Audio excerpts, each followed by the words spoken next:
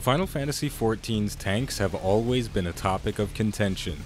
Number crunching and theory crafting tells us which tank has the best on-paper performance, but the choice between which stalwart defender you want to play or invite to your group has never been black and white. Today, we're going to look at the Warrior and Paladin so we can find out how they perform and what makes them different and valuable. The Paladin is a master of sword, shield, and divine magic. With a suite of cooldowns geared towards both personal mitigation and group support, this job is the ultimate defender.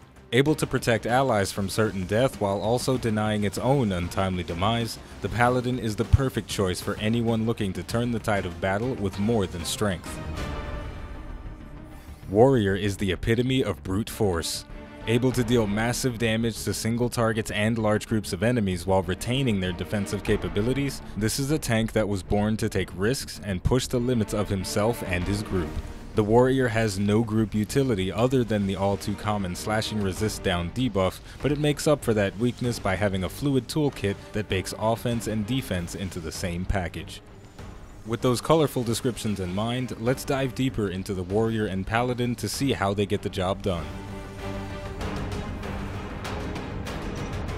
The Paladin's ability to sustain itself is undeniably good, but it's not perfect.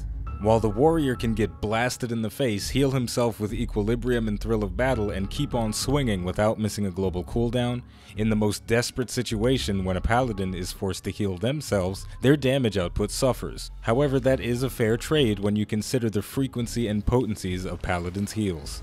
Clemency has the same cure potency as Equilibrium, and when cast on an ally, it restores their health and you receive a heal equal to 50% of what your ally received. Clemency is clearly the more flexible ability, but Equilibrium and Thrill of Battle are faster to activate and have no negative effects on your damage output.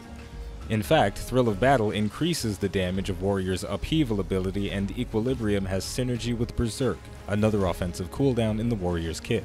From that, it's easy to see that offense and sustainability are directly connected with the Warrior, but they're separate for the Paladin. Things get even more interesting when you look at the unique damage reduction skills for these two tanks. Inner Beast, Vengeance, and Raw Intuition for the Warrior, Sheltron, Sentinel, Bulwark, and Passage of Arms for the Paladin. If you're arguing for quantity, then the Paladin wins because it has more cooldowns for damage reduction, but the deeper we dive into those abilities, the more things start to balance out. Inner Beast is the Warrior's biggest claim to fame. It delivers an attack with a potency of 350, absorbs a portion of the damage dealt as HP, reduces the damage you take by 20% for 6 seconds, and finally, it ignores the damage down penalty inflicted by your tank stance. This is a versatile skill that's limited only by the rate you generate your job resource, the Beast Gauge, which generates as you perform combos or activate Infuriate. The most direct comparison to Inner Beast is Sheltron, but the clear winner is Inner Beast. Only able to block a single attack, Sheltron is significantly less flexible despite being powerful in its own way. On the other hand, the Paladin's Bulwark is more flexible than Raw Intuition. Bulwark increases your block rate by 60% for 15 seconds, but with a very hefty 3-minute cooldown. Raw Intuition increases your parry rate by 100% for 20 seconds on a 2-minute cooldown, but you become vulnerable to critical hits from the flank and rear. The additional downside of Raw Intuition is you can't parry fireballs, but you can block them. This trend continues with Sentinel and Vengeance, although which one is better will change based on your perspective. The Paladin's skill Sentinel provides 40% damage reduction for 10 seconds on a 3-minute cooldown.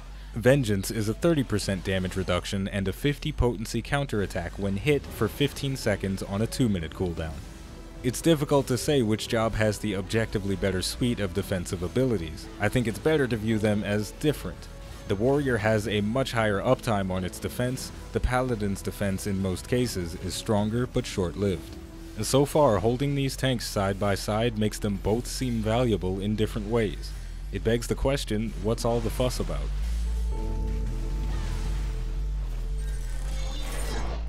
The discrepancy between the tanks is a lot smaller than people will claim, but it still exists. In the highest levels of play, you won't see many Paladins casting Clemency because most healers won't give you the opportunity to break a sweat. They'll keep your hit points topped off. When that's happening, the Paladin's damage output is equal to or slightly less than the Warrior's. In an ideal world, since the Warrior is branded as the more aggressive tank, it should do more than edge out its tanking counterpart that chooses to fight with a toothpick instead of a real weapon. But besides that, the two tanks have an interesting dynamic. The Paladin, when the need arises, is willing to sacrifice its own damage output for the defense and healing of itself and its allies. It can even give them shields with Intervention, Divine Veil, and Cover.